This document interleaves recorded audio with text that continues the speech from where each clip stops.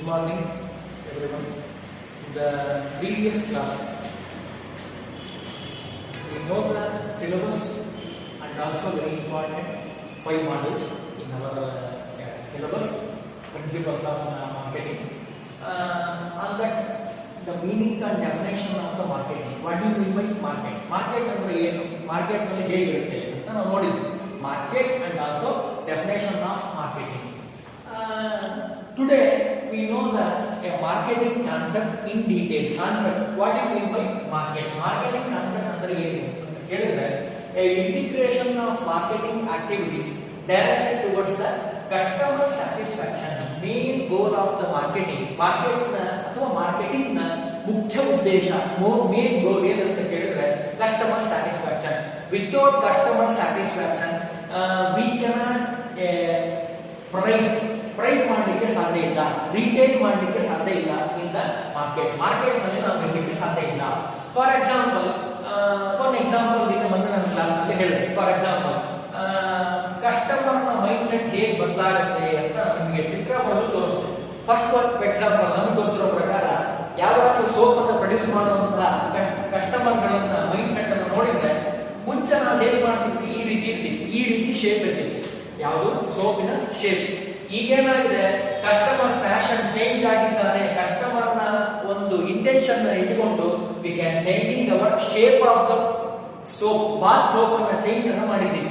ಅಂದ್ರೆ ನಮ್ಮ ಉದ್ದೇಶ customer satisfaction. It is a main goal, ಆ main intention of the towards the marketing. Without marketing customer satisfaction we cannot sell our products.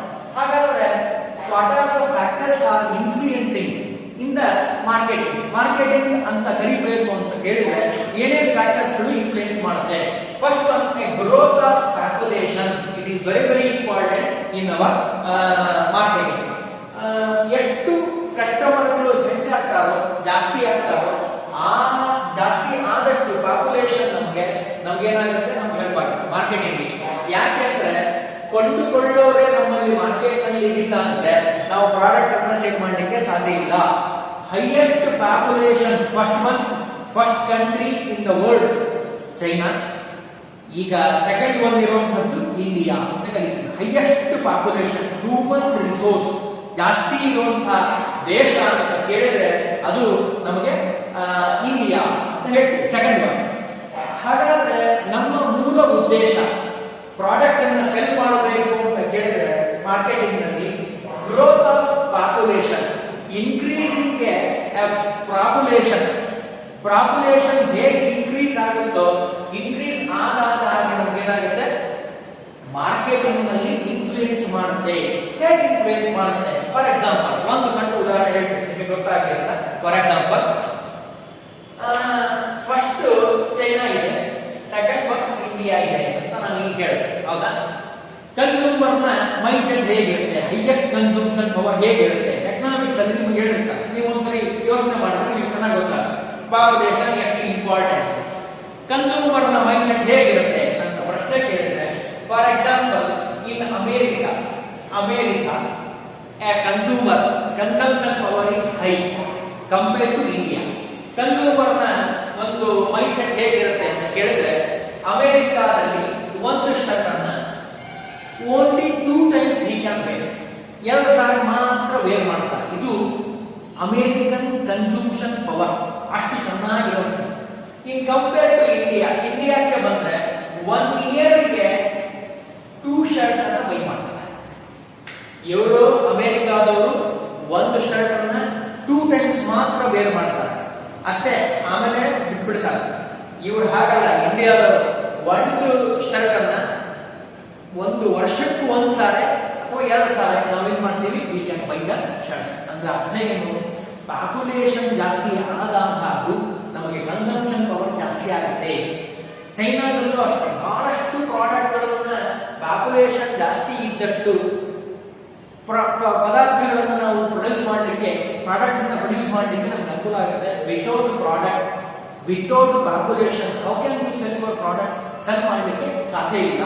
ಹಾಗಾಗಿ population it is a main influence factor for our marketing. Market ಅಂತ ಅನ್ಬೇಕು ಅಂದ್ರೆ population. Without we cannot sell our products in any market. ನೀವು produce ಮಾಡಿರ್ತೀರಿ, market ನಲ್ಲಿ ಇಟ್ರಿ, ಜನನೇ ಇಲ್ಲ ಅಂದ್ರೆ ಹೂ ಕ್ಯಾನ್, ಯಾರು ಬೈ ಮಾಡೋರು, ಯಾರು ಪ್ರಾಡಕ್ಟ್ ಅನ್ನ ಬೈ ಮಾಡಬೇಕು ಅಂದ್ರೆ ಮಾರ್ಕೆಟ್ ಫ್ಯಾಕ್ಟರ್ಸ್ ಇನ್ಫ್ಲೂಯೆನ್ಸ್ ಮಾಡುವಂತದ್ದು. ಮೊದಲನೇದಾಗಿ very important, population. Without population we cannot sell our products. Second one, changing the concept of family.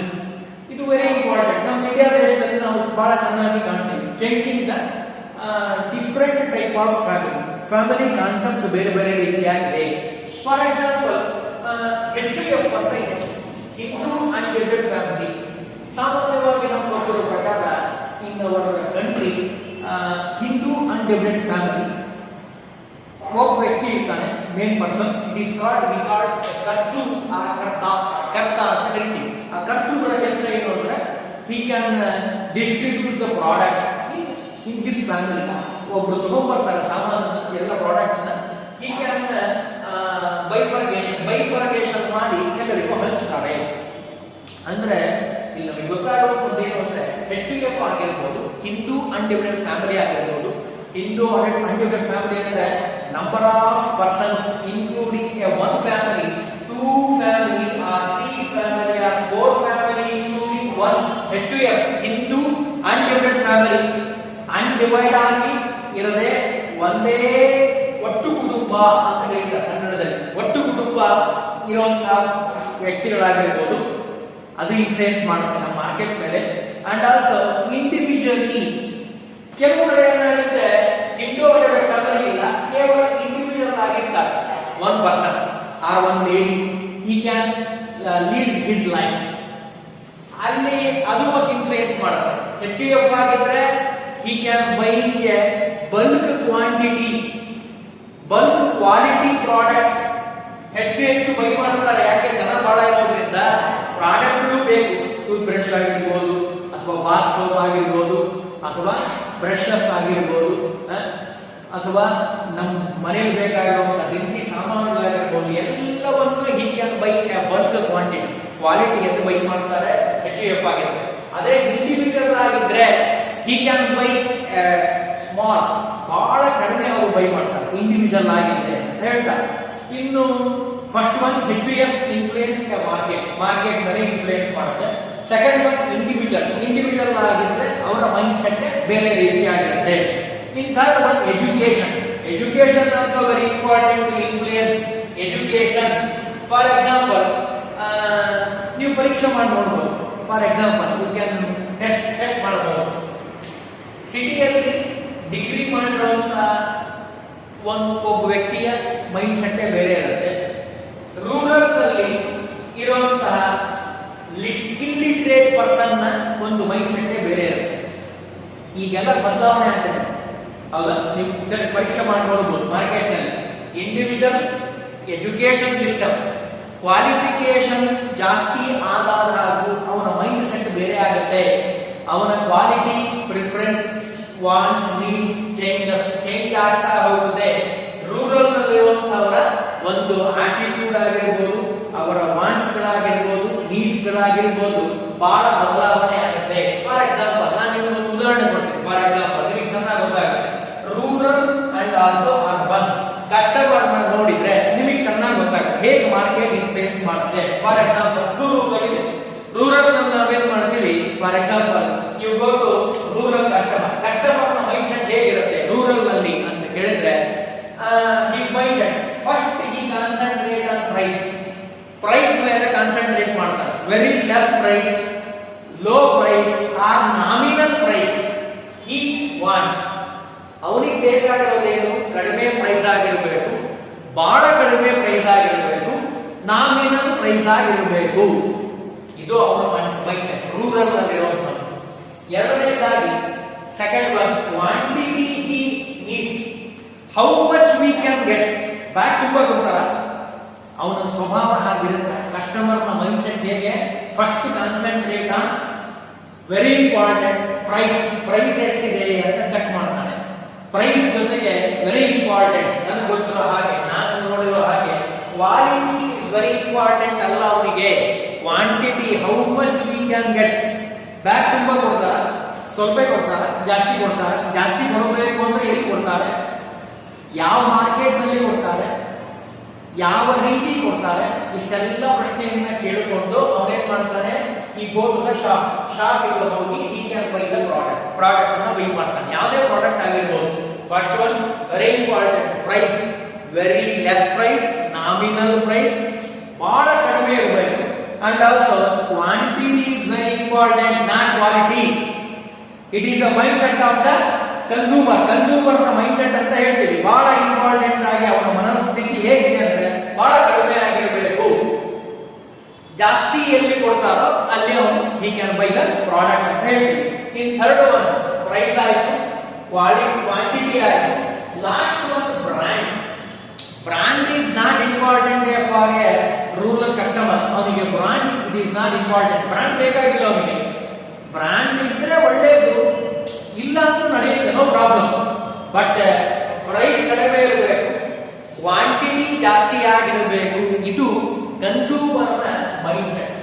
ಎಲ್ಲಿ ರೂರಲ್ ನಲ್ಲಿ. ಅರ್ಬನ್ಗೆ ಬಂದ್ರೆ ಸಿಟಿ, ನಾವೆಲ್ಲ ಸಿಟಿಯಲ್ಲಿ ಇರುವಂತವ್ರು, ನಮ್ಮ ಮನೋಸ್ಥಿತಿ ಹೇಗಿರುತ್ತೆ ಅಂದ್ರೆ ರೂರಲ್ ನಲ್ಲಿರೋದಕ್ಕೂ ಅರ್ಬನ್ನಿಗೂ ವ್ಯತ್ಯಾಸ ಅಂತ ಕೇಳಿದ್ರೆ, urban customer he can first concentrate on brand. Brand is very important. MRS, Tata, very important. Consumer mindset ನಮಗೆ ಏನಾಗಿದೆ, ಟಾಟಾ ಸಾಲ್ಟ್ ಬೇಕಾದಷ್ಟು ಉಂಟಿದೆ, ಸಾಲ್ಟ್ ಸಿಗುತ್ತೆ ಮಾರ್ಕೆಟ್ ನಲ್ಲಿ. But we can buy at branded goods, MRS, Woodland goods ನಾವು ತಗೋಬೇಕಾದ್ರೆ we can buy at consumer mindset.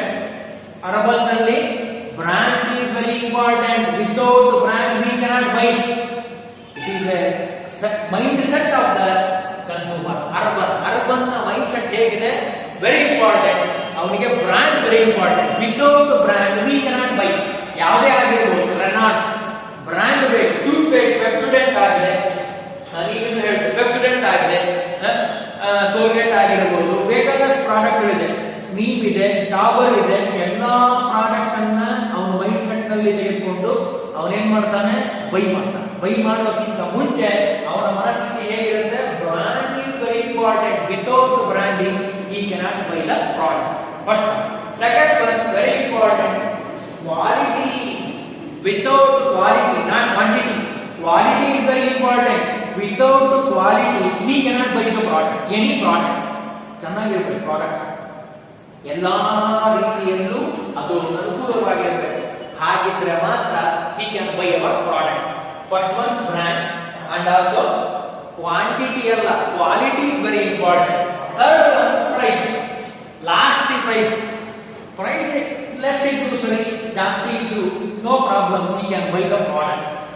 ಎಷ್ಟರ ಮಟ್ಟಿಗೆ urban ಒಂದು ಮನಸ್ಥಿತಿ ಬದಲಾಗಿದೆ ಅಂತ ಕೇಳಿದ್ರೆ, ಹೈ ಪ್ರೈಸ್ ಇತ್ತಪ್ಪ ಅಂದ್ರೆ ಪ್ರಾಡಕ್ಟ್ ಬಹಳ ಚೆನ್ನಾಗಿರುತ್ತೆ ಅಂತ ಬಂದ್ಬಿಟ್ಟಿದ್ವಿ. ಕನ್ಸ್ಯೂಮರ್ ನ ಮೈಂಡ್ ಸೆಟ್ ಆಗಿದೆ. ಕಡಿಮೆ ಪ್ರೈಸ್ ಇದೆ ಅಂದ್ರೆ ಲೆಸ್ ಪ್ರೈಸ್, ಕ್ವಾಲಿಟಿ ಚೆನ್ನಾಗಿರಲ್ಲ. ಹೈ ಪ್ರೈಸ್ ಇದ್ರೆ ಕ್ವಾಂಟಿಟಿ ಚೆನ್ನಾಗಿರುತ್ತೆ. ಇದು ಅರ್ಬನ್ ನಲ್ಲಿರುವಂತಹ ಕನ್ಸ್ಯೂಮರ್ ನ ಮೈಂಡ್ ಸೆಟ್. ಇಟ್ ಇನ್ಫ್ಲೂಯೆನ್ಸ್, ಮತ್ತೆ ಬರ್ತೀನಿ ವಿಷಯಕ್ಕೆ, it influence our marketing. Market ನಲ್ಲಿ ಕನ್ಸ್ಯೂಮರ್ ನ ಮೈಂಡ್ ಏನಿದೆಯಲ್ಲ ಅದು ಹೇಗೆ ಅಂತ ನಾನು ಈಗ ಹೇಳಿದೆ. Changing the concept of family. ಫ್ಯಾಮಿಲಿಯಲ್ಲಿ ವೆರಿ ಇಂಪಾರ್ಟೆಂಟ್ ಆಗಿ ಎಜುಕೇಶನ್ ಏನಿದೆಯಲ್ಲ, ಎಜುಕೇಶನ್ ಮೇಲೆ ನಮಗೆ ಮೈಂಡ್ ಸೆಟ್ ಬದಲಾವಣೆ ಆಗುತ್ತೆ. ಅದು ರೂರಲ್ ಆಗಿರ್ಬೋದು ಅಥವಾ ಅರ್ಬನ್ ಆಗಿರ್ಬೋದು. ಚೇಂಜಸ್ ದ ಮೈಂಡ್ ಸೆಟ್ ಬದಲಾಗ್ಬಿಡುತ್ತೆ. ಕನ್ಸ್ಯೂಮರ್ ಯಾವಾಗಲೂ ಒಂದೇ ರೀತಿ ಇರಲ್ಲ. ಕನ್ಸ್ಯೂಮರ್ ನ ಮನಸ್ಸು ಯಾವಾಗಲೂ ಬದಲಾಗ್ತಾ ಇರುತ್ತೆ, ಒಂದೇ ರೀತಿ ಇರಲ್ಲ. ನಾನು ಬಹಳ ಸಲ ಹೇಳ್ತಿರ್ತೀನಿ, ಇವತ್ತಿದ್ದಂತಹ ಮನಸ್ಸು ಅಥವಾ ಈ ಕ್ಷಣದಲ್ಲಿರುವಂತಹ ಮನಸ್ಸು ಇನ್ನೊಂದು ದಿವಸ ಬಿಟ್ರೆ ಅಥವಾ ಒನ್ ಡೇ ಬಿಟ್ರೆ, 1 ಅವರ್ ಬಿಟ್ರೆ ಚೇಂಜಸ್ ವೆರಿ ಫ್ರೀಕ್ವೆಂಟ್ಲಿ ಚೇಂಜ್ ಆಗುತ್ತೆ. ಕನ್ಸ್ಯೂಮರ್ ನ ಮನಸ್ಸು ಒಂದೇ ರೀತಿಯಾಗಿರಲ್ಲ. ಹಾಗಾಗಿ we can set A mind set ಅನ್ನ ಸೆಟ್ ಮಾಡಬೇಕು. ಅದು ಪ್ರೊಡ್ಯೂಸರ್ ನ ಮುಖ್ಯವಾದ ಒಂದು ಗೋಲ್ ಆಗಿರಬೇಕು. ಮಾರ್ಕೆಟ್ ಅನ್ನು ನಾವು ಮಾಡಬೇಕು ಚೆನ್ನಾಗಿ ಅಂದ್ರೆ ಕನ್ಸ್ಯೂಮರ್ ನ ಒಂದು ಎಜುಕೇಶನ್ ಅನ್ನು ನಾವು ಕಾನ್ಸಂಟ್ರೇಷನ್ ಮಾಡಬೇಕು. Without concentration of education, concentration ಮಾಡಲಿಲ್ಲ ಅಂದ್ರೆ ನಾನೀಗ ಹೇಳಿದ್ರಲ್ಲ, ಅರ್ಬನ್ ಮತ್ತು ರೂರಲ್ ಇರುವಂತಹ ವ್ಯತ್ಯಾಸ ನಮಗೆ ಬಹಳ ಚೆನ್ನಾಗಿ ಗೊತ್ತಾಗುತ್ತೆ. ರೂರಲ್ ಕಸ್ಟಮರ್ ಮೈಂಡ್ ಸೆಟ್ ಬೇರೆ and also urban customer mind set ಬೇರೆ, ವೆರಿ ಕ್ವೈಟ್ ಡಿಫರೆಂಟ್, ಪೂರ್ಣವಾಗಿ ಬದಲಾಗುತ್ತೆ. ಪ್ರೈಸ್, ಕ್ವಾಲಿಟಿ ಬೇಕಾಗಿಲ್ಲ, ಕ್ವಾಂಟಿಟಿ ಬೇಕು and also brand. Come to the urban ಗೆ ಬಂದ್ರೆ he concentrate on brand and also very important a quality, high quality product and also a price. Next concentrate a price. Price ಇರಬೇಕು, ಕಡಿಮೆ ಇದ್ರೆ ಒಳ್ಳೆಯದು, no problem. High he can also buy ಮಾಡ್ತಾ ನಾವು customer ನ mind set ಅಂತ ಹೇಳ್ತೀವಿ. Changing the concept of family. Last one occupation. Occupation is also very important, are influencing a market. For example, occupation ಅಂತಂದ್ರೆ ಫಾರ್ ಎಕ್ಸಾಂಪಲ್ ಒಂದು ಉದಾಹರಣೆ ತಗೊಳ್ಳೋಣ. For example lawyer and also doctor and also teacher, ಮೂರು ಜನ ಇದ್ದಾರೆ ಮುಂದೆ, ಅವರ occupation. these three type of occupation are wages or worker ಅಂತ ಅನ್ಕೊಳ್ಳೋಣ. Worker he can buy some products compared to a doctor, it is quite different. Doctor ಗೆ high salary ಇರುತ್ತೆ, ಅವನು by ಮಾಡುವಂತ ಪ್ರಾಡಕ್ಟ್ ಗಳೇ ಬೇರೆ, ಅವನು ಲೀಡ್ ಮಾಡುವಂತ ಲೈಫ್ ಸ್ಟೈಲೇ ಬೇರೆ. ಬಟ್ ಕಂಪೇರ್ ಟು ವರ್ಕರ್ ಏನಲ್ಲ, ಅವನು ಲೀಡ್ ಮಾಡುವಂತ ಲೈಫ್ ಲೀಡ್ ಮಾಡುವಂತ ಸ್ಟೈಲೇ ಬೇರೆ, ಅವನು ಬೈ ಮಾಡುವಂತ ಪ್ರಾಡಕ್ಟ್ ಗಳೇ ಬೇರೆ, ಒಂದೇ ರೀತಿಯಾಗಿರಲ್ಲ, ಇಟ್ ಕ್ವೈಟ್ ಡಿಫರೆಂಟ್. ಇವನು ಬೆಂಚ್ ಕಾರಲ್ಲಿ ಓಡಾಡಿದ್ರೆ ಹೋಗ್ತಾನೆ, ಬೆಂಚ್ ಕಾರಲ್ಲೇ ಯೂಸ್ ಮಾಡ್ತಾನೆ, ಗಿರೋಟೋ ಉಪಯೋಗಿಸ್ತಾನೆ. But worker he can using a small two wheeler, small ಆಗಿರುವಂತಹ ಒಂದು ಟೂ ವೀಲರ್ ಯಾವ ಬೇಕಾದ್ರೂ ಆಗಿರ್ಬೋದು, ಲೋನ್ ಆಗಿರ್ಬೋದು, he can use it. But he use a car use ಮಾಡ್ತಾನೆ. ಅಂಡ್ ಆಲ್ಸೋ 3 floor 5 floor ಇರುವಂತಹ ಮನೆಯನ್ನ ಹಿ ಕ್ಯಾನ್ ಬೈ ಡಾಕ್ಟರ್. ಯಾಕೆ? High salary. Occupation it is very important to influence our market. Market ನಲ್ಲಿ ಬಹಳ ಚೆನ್ನಾಗಿ influence ಮಾಡುತ್ತೆ. Market ಅಂತ ಕರಿಬೇಕು ಅಂತ ಕರೀದ್ರೆ it is very important for occupation. Without occupation we cannot sell our product. Doctor buy ಮಾಡುವಂತಹ ಪ್ರಾಡಕ್ಟ್ಸ್ ಬೇರೆ, ಹೈ ಕ್ವಾಲಿಟಿ ಇರುತ್ತೆ ಸಾಮಾನ್ಯವಾಗಿ ನನಗೆ ಗೊತ್ತಿರೋ ಹಾಗೆ. ವರ್ಕರ್ ಅವನು ಬೈ ಮಾಡ್ತಾನೆ, ಹೈ ಕ್ವಾಲಿಟಿ ಬೈ ಮಾಡಬೇಕು ಅಂತ ಅವನಿಗೆ ಆಸೆ, ಬಟ್ ನೀಡ್ಸ್ ಇದೆ, ವಾಂಟ್ಸ್ ಇದೆ, but income is very less. Occupation influence ಮಾಡುತ್ತೆ ಅಂತ ಹೇಳಿದ್ರೆ ಯಾಕೆ ಅಂದ್ರೆ income it is quite different. Income ನ ಬೇಸ್ ಆಗಿ ಇಟ್ಕೊಂಡು for example 10,000 salary per month ಬರುವಂತಹ ಒಬ್ಬ ವ್ಯಕ್ತಿಗೂ 2 lakhs ಬರುವಂತಹ ಒಬ್ಬ ವ್ಯಕ್ತಿಗೂ ನೋಡಿದ್ರೆ ಸ್ಯಾಲರಿನ quite different. 2 lakhs earning the per month salary it is quite different. Changing the buying of product buy ಮಾಡುವಂತಹ ವಿಧಾನಗಳೇ ಬೇರೆ. But 10,000 he can get a per month salary, it is quite different. ಅವನು by ಮಾಡುವಂತಹ ವಿಧಾನಗಳೇ ಬೇರೆ. ಇಲ್ಲಿ ಸಾಮಾನ್ಯವಾಗಿ ನನಗೆ ಗೊತ್ತಿರೋ ಪ್ರಕಾರ superior quality branded quality items he can buy. Any occupation, doctor or lawyer or engineer, he can buy the managers, MD, managing directors also a high salary. White collar people ಅಂತ ಕರಿತೀವಿ ನಾವು.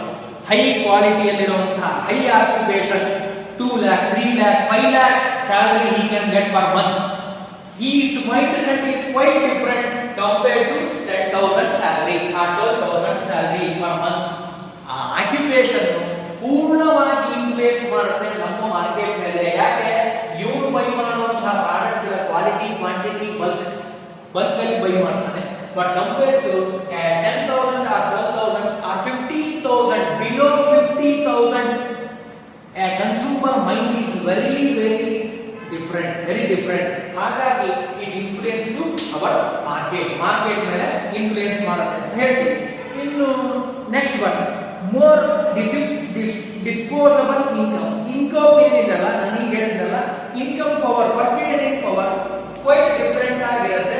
ಹಾಗಾಗಿ ನಾವು ಬೈ ಮಾಡುವಂತಹ ವಿಧಾನ ಬೇರೆ ಬೇರೆ ಆಗಿರುತ್ತೆ. It influence our marketing system. Last one fourth technological advancement ಅಂತ ಹೇಳ್ತೀವಿ. Technological advancement influence a market ಮೇಲೆ ಇನ್ಫ್ಲುಯೆನ್ಸ್ ಮಾಡುತ್ತೆ. ಟೆಕ್ನಾಲಜಿಕಲ್ ಇನ್ಫ್ಲುಯೆನ್ಸ್ ಹೇಗಿರುತ್ತೆ? ಫಾರ್ ಎಕ್ಸಾಂಪಲ್ ನಾವು ಮುಂಚೆ ಏನ್ ಮಾಡ್ತಿದ್ವಿ, ಲ್ಯಾಂಡ್ ಫೋನ್ ನಲ್ಲಿ ಮಾತಾಡ್ತಿದ್ವಿ. ನನಗೆ ಗೊತ್ತಿರೋ ಪ್ರಕಾರ ಲ್ಯಾಂಡ್ ಫೋನ್ ಅಲ್ಲಿ we can using a land phone and phone ನಲ್ಲಿ ಮಾತಾಡಬೇಕು ಅಂದ್ರೆ ಲ್ಯಾಂಡ್ ನಲ್ಲಿ ಫೋನ್ ನಲ್ಲಿ ಮಾತಾಡಬೇಕು.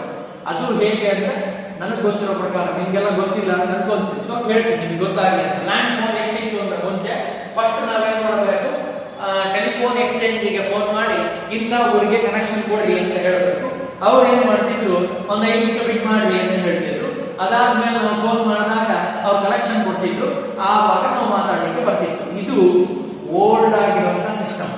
ಬಟ್ ಟೆಕ್ನಾಲಜಿಕಲ್ ಅಡ್ವಾನ್ಸ್ಮೆಂಟ್ ಎಷ್ಟಾಗಿದೆ ಇವತ್ತು ಅಂತ ಹೇಳಿದ್ರೆ, ಅಮೆರಿಕಾದಲ್ಲಿರುವಂತಹ ವ್ಯಕ್ತಿ ಜೊತೆಗೆ ನಾವೇನ್ ಮಾಡಬಹುದು, ಎದುರುಗಡೆ ಕುತ್ಕೊಂಡು ಮಾತಾಡಿದ್ರೆ ಎಷ್ಟು ಫ್ಲೂಯೆಂಟ್ ಆಗಿ ಮಾತಾಡಬಹುದು ಅಷ್ಟೇ ಫ್ಲೂಯೆಂಟ್ ಆಗಿ ನಾವೇನ್ ಮಾಡಬಹುದು ಇವತ್ತು ಮಾತಾಡಬಹುದು.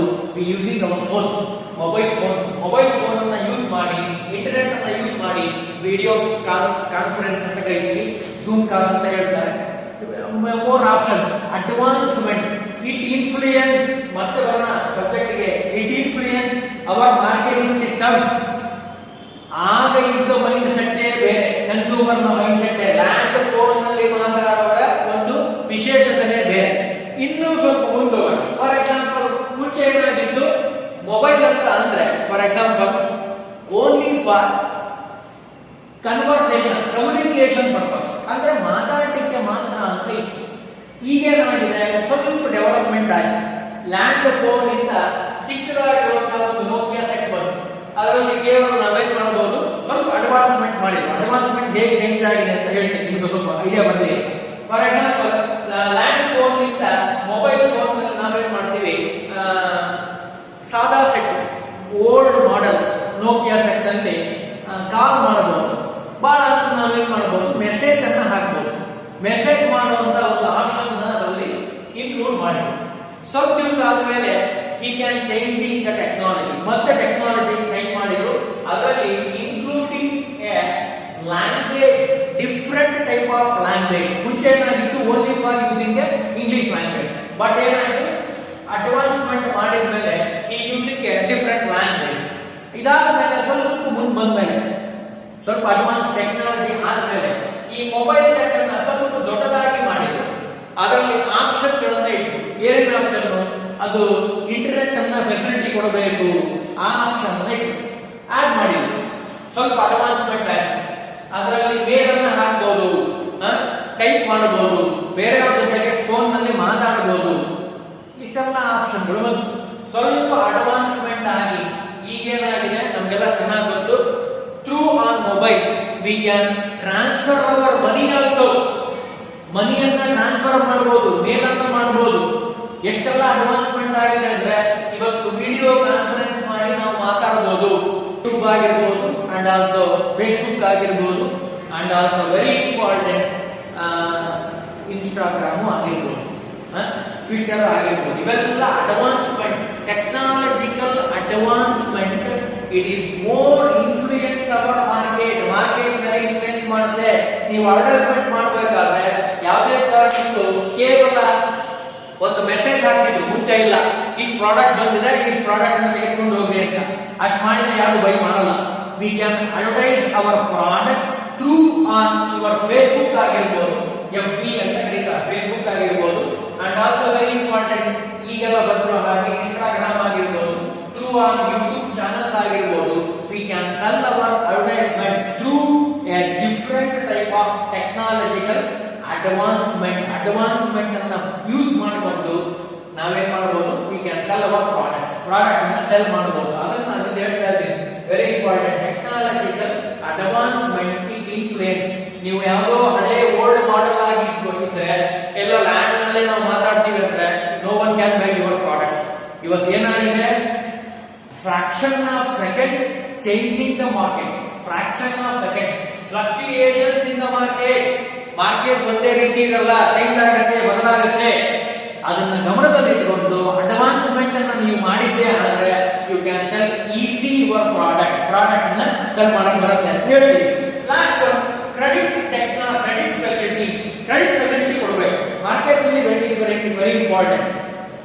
Without credit facility no one can your buy product ಅನ್ನ ಬೈ ಮಾಡಲಿಕ್ಕೆ ಚಾನ್ಸ್ ಇಲ್ಲ ಅಂತ ಹೇಳ್ತೀವಿ. ಫಾರ್ ಎಕ್ಸಾಂಪಲ್ ನಿಮ್ಗೊಂದು ಉದಾಹರಣೆ ಕೊಟ್ಟೆ. ನಿಮ್ಮ ಮನೆ ಹತ್ರ ಇರುವಂತ ಒಂದು ಶಾಪ್ ಇದೆ. ಆ ಶಾಪ್ ನಲ್ಲಿ ನೀವು ಹೋಗಿದ್ದೀರಿ, ಏನೋ ಒಂದು ಪ್ರಾಡಕ್ಟ್ ಅನ್ನ ಬೈ ಮಾಡಿದ್ದೀರಿ. ನಿಮ್ಮ ಹತ್ರ ಒಂದು 10 rupees ಕಡಿಮೆ ಆಗಿದೆ, ನಿಮ್ಮ ಹತ್ರ 10 rupees ಕಡಿಮೆ ಆಗಿದೆ, ನೀವೇನೋ ಪ್ರಾಡಕ್ಟ್ ಅನ್ನ ಬೈ ಮಾಡಿದ್ರೆ ಫಾರ್ ಎಕ್ಸಾಂಪಲ್ ಒಂದು 30 rupees ಆಗಿದೆ ಅಂತ ಅನ್ಕೊಳ್ಳೋಣ. ನಿಮ್ಮ ಹತ್ರ ಇರೋದು 20 rupees. ನೀವೇನ್ ಮಾಡ್ತೀರಿ, ಅವನು ನಿಮಗೆ ಪರಿಚಯ, ನೀವೇನ್ ಮಾಡ್ತೀರಿ, ಅವನಿಗೆ ಹೇಳ್ತೀರಿ, ಇನ್ಫಾರ್ಮೇಶನ್ ಕೊಡ್ತೀರಿ, ಇಲ್ಲ ನನ್ನ ಹತ್ರ 20 rupees ಇರುವಂತದ್ದು 10 rupees ಕಡಿಮೆ ಇದೆ. ಅವನೇನ್ ಮಾಡ್ತಾನೆ, he can given a facility to credit facility ಕೊಡ್ತಾನೆ. ಇಲ್ಲ ಏನ್ ತೊಂದರೆ ಇಲ್ಲ, ನೀವು ನಾಳೆ ತಗೊಳ್ಬಹುದು.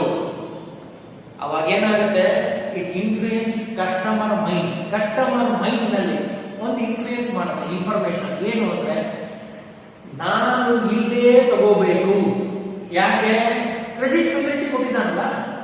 ಕ್ರೆಡಿಟ್ ಫೆಸಿಲಿಟಿ ಕೊಟ್ಟಿಲ್ಲ ಅಂದ್ರೆ he cannot buy your product nowadays. Credit facility ಕೊಟ್ರೆ ಕನ್ಸ್ಯೂಮರ್ನ ಹಿಡಿದುಕೊಳ್ಳಿಕ್ಕೆ, ಹೈಡ್ ಮಾಡಲಿಕ್ಕೆ, ಒಳ್ಳೆ ಚೆನ್ನಾಗಿ ರಿಟೈನ್ ಮಾಡಲಿಕ್ಕೆ ಸಾಧ್ಯ. ಅದನ್ನ ಇಲ್ಲಿ ಹೇಳ್ತಾರೆ, plastic money it is A influence. ಈ ರೀತಿ ಮನಸ್ಸಿನಲ್ಲಿ ಇಟ್ಟುಕೊಂಡು ಇಟ್ ಇನ್ಕ್ಲೂಡ್ಸ್ ಎ 2 types. ನಮಗೆ ಗೊತ್ತಿರೋ ಹಾಗೆ 2 ಪ್ಲಾಸ್ಟಿಕ್ ಮನಿ ಬಂದಿದೆ. ನಾವೆಲ್ಲ ಮುಂಚೆ ಏನ್ ಮಾಡ್ತಿದ್ವಿ, we can go to the market. ನಾವು ಮಾರ್ಕೆಟ್ಗೆ ಹೋಗಿದ್ದೀವಿ and buying the product to give the ಮನಿಯನ್ನ ಕೊಟ್ಟು ನಾವೇನ್ ಮಾಡ್ತೀವಿ, ಬೈ ಮಾಡ್ತೀವಿ ಅಂದ್ರೆ cash in hand. But nowadays ಈಗ ಏನಾಗಿದೆ, ಪ್ಲಾಸ್ಟಿಕ್ ಮನಿ ಮಾರ್ಕೆಟ್ ನಲ್ಲಿ ಬ್ಯಾಂಕಿಂಗ್ ಸೆಕ್ಟರ್ ಇನ್ಫ್ಲೂಯೆನ್ಸ್ ಅವ್ರು ಇಂಟ್ರೊಡ್ಯೂಸ್ ಮಾಡುವಂತದ್ದೇನು 2 types. ಒಂದು ಡೆಬಿಟ್ ಕಾರ್ಡ್ ಅಂತ ಹೇಳ್ತೀವಿ, ಒಂದು ಕ್ರೆಡಿಟ್ ಕಾರ್ಡ್ ಅಂತ ಹೇಳ್ತೀವಿ. It is a plastic money, it is one type of money. Type ನ ಒಂದು ಮನಿಯ ಒಂದು ಟೈಪ್ ಅಂತ ಹೇಳ್ತೀವಿ. ಅದು ಡೆಬಿಟ್ ಕಾರ್ಡ್ ಆಗಿರ್ಬೋದು, ಕ್ರೆಡಿಟ್ ಕಾರ್ಡ್ ಆಗಿರ್ಬೋದು. ಡೆಬಿಟ್ ಕಾರ್ಡ್ ಅನ್ನು ಬಳಸಿ ಮತ್ತು ಕ್ರೆಡಿಟ್ ಕಾರ್ಡ್ ಅನ್ನು ಬಳಸಿ we can buy a product ಅನ್ನ ಬೈ ಮಾಡಬಹುದು. ನಮ್ಮ ಹತ್ರ ಒರಿಜಿನಲ್ ನೋಟೇ ಇರಬೇಕು ಅಂತ ಇಲ್ಲ. It influence customer mind set. You go to More shop, ನಿಮಗೆ for best example, you go to More shop ಹೋಗಿದ್ದೀರಿ ಅಂತ ಅನ್ಕೊಳ್ಳೋಣ.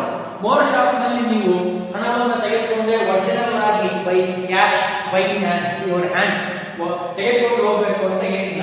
ನಿಮ್ಮ ಹತ್ರ ಕ್ರೆಡಿಟ್ ಕಾರ್ಡ್ ಇದ್ರೆ ಸ್ಕ್ರಾಚ್ ಮಾಡ್ತಾರೆ. ನೀವು ಹೋಗಿ ಪ್ರಾಕ್ಟಿಕಲ್ ಆಗಿ ನೋಡ್ಬೇಕು. ಮಾರ್ಕೆಟಿಂಗ್ ಸಬ್ಜೆಕ್ಟ್ ನಿಮಗೆ ಚೆನ್ನಾಗಿ ಅರ್ಥ ಆಗಬೇಕು ಅಂದ್ರೆ ನಾನು ಯಾವಾಗಲೂ ಹೇಳ್ತಿರ್ತೀನಿ, you go to the market. First you go to the market. 1 hour you sit the market ನಲ್ಲಿ ಸುಮ್ಮನೆ ಕೂತು 1 ಗಂಟೆ ಎದ್ದು ಬರಬೇಕು. ಮಾರ್ಕೆಟ್ ನಲ್ಲಿ ಹೇಗಿರುತ್ತೆ, ಹೇಗೆಲ್ಲ ಅನಾಲಿಸಿಸ್ ಮಾಡಬಹುದು, ಹೇಗೆಲ್ಲ ಜನಗಳು ಇರ್ತಾರೆ ಅಂತ ನಿಮಗೆ ನೋಡಿದ್ರೆ ಪರ್ಫೆಕ್ಟ್ ಆಗಿ ನಿಮಗೆ ಸಬ್ಜೆಕ್ಟ್ ಚೆನ್ನಾಗಿ ಅರ್ಥ.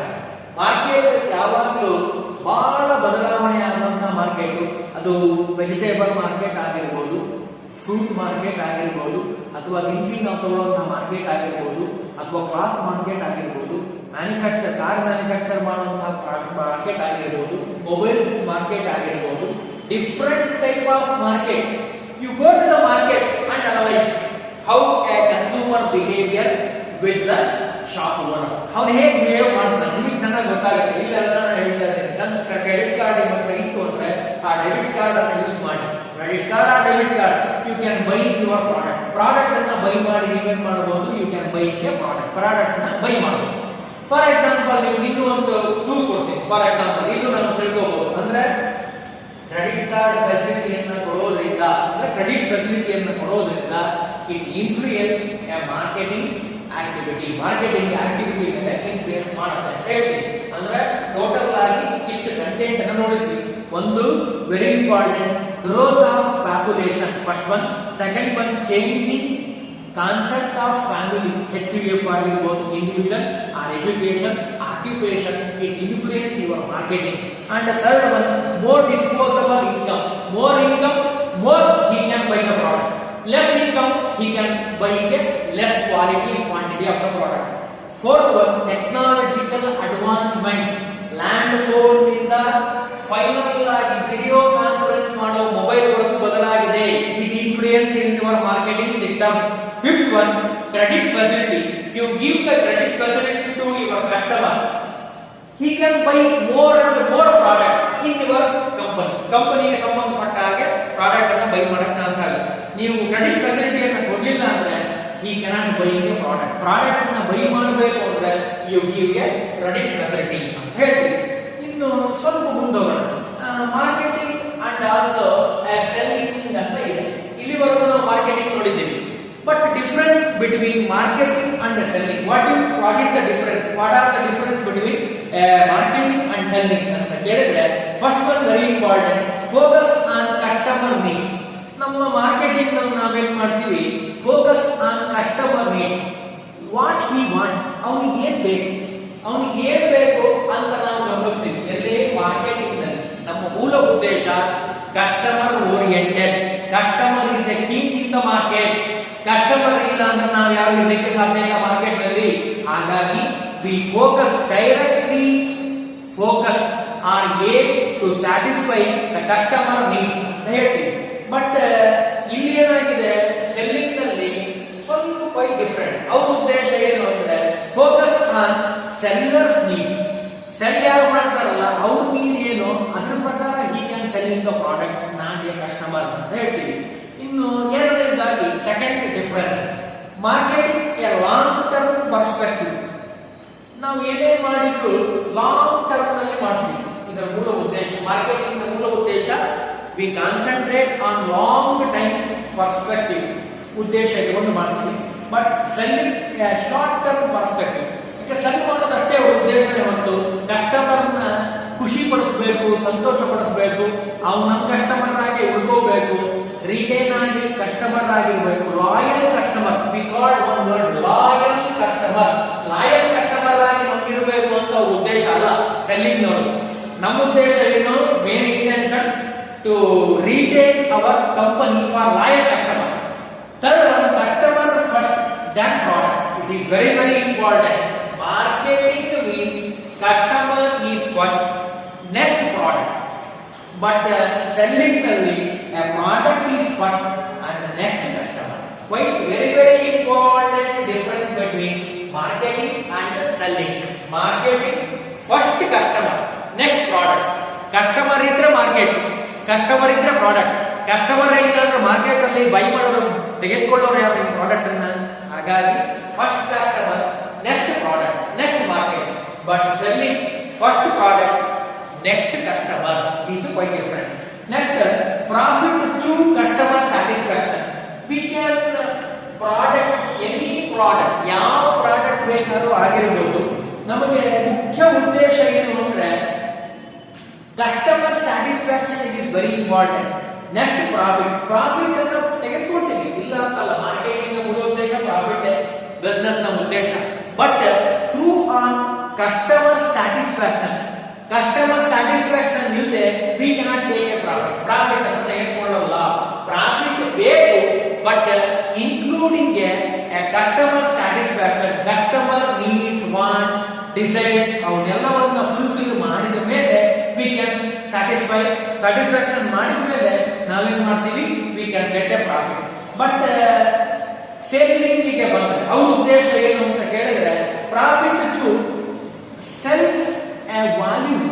ಹೌ ಮಚ್ ಕ್ವಾಂಟಿಟಿ, ಎಷ್ಟು ಬೈ ಮಾಡಿದ್ದಾರೆ, ವಾಲ್ಯೂಮ್ ಅನ್ನು ನೋಡಿಕೊಂಡು ಸೆಲ್ಲಿಂಗ್ ಎಷ್ಟಾಗಿದೆ, 1000 ಪ್ರಾಡಕ್ಟ್ ಸೆಲ್ ಆಗಿದೆ ಅಷ್ಟೇ ಅವರಿಗೆ ಉದ್ದೇಶನೇ ಹೊರತು he can buy the profit. ಅವರು ತೆಗೆದುಕೊಳ್ತಾರೆ. But customer satisfaction is not important.